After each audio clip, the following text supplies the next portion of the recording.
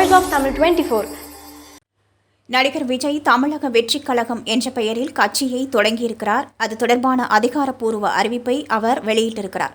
விஜயின் இந்த அரசியல் பயணம் பலருக்கும் ஆச்சரியத்தை ஏற்படுத்தியிருக்கிறது.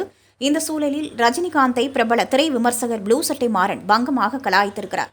இளைய தளபதியாக சினிமாவுக்குள் நுழைந்து தளபதியாக மாறி நிற்கிறார் விஜய்.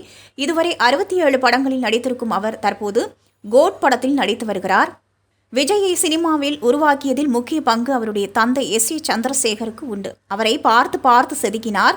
மேலும் விஜய்க்கு இருந்த ரசிகர் மன்றம் விஜய் மக்கள் இயக்கமாக மாறியதில் SACயின் பங்கு முக்கியத்துவம் வாய்ந்தது. அந்த மக்கள் இயக்கம் மூலம் ஏராளமான நலத்திட்ட உதவிகள் தொடர்ந்து வழங்கப்பட்டு கொண்டிருக்கின்றன. விஜய் அரசியலுக்கு வர வேண்டும் என அவரது ரசிகர்கள் தொடர்ந்து கூறி வந்தனர். ஆனால் விஜயோ எந்த பதிலும் சொல்லாமல் அமைதியாக இருந்து வந்தார். அதே சமயம் விஜய் மக்கள் இயக்கம் சார்பாக தொடர்ந்து ஆலோசனை கூட்டங்கள் நடந்து வந்தன. இதன் காரணமாக விஜய் அரசியலுக்கு வருவது உறுதிதான்.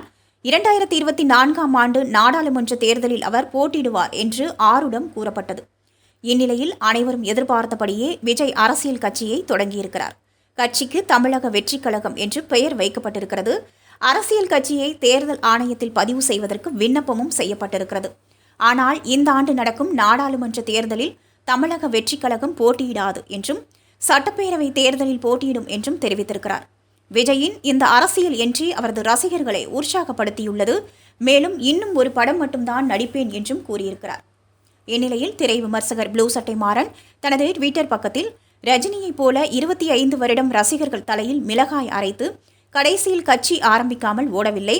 கமலை போல பார்ட் டைம் அரசியலும் செய்யப்போவதில்லை. அந்த வகையில் அவர்களை விட இவர் எவ்வளவோ மேல்.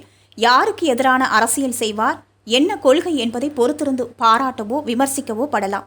இனி தமிழக அரசியல் ஸ்டாலின் வெஸ் விஜய் அல்லது உதய் வெஸ் விஜய் எனும் திசையை நோக்கி நகரும் என்று குறிப்பிட்டிருக்கிறார். நீங்க பார்த்துட்டு இருக்கிறது Voice of Tamil 24. Like, share and subscribe.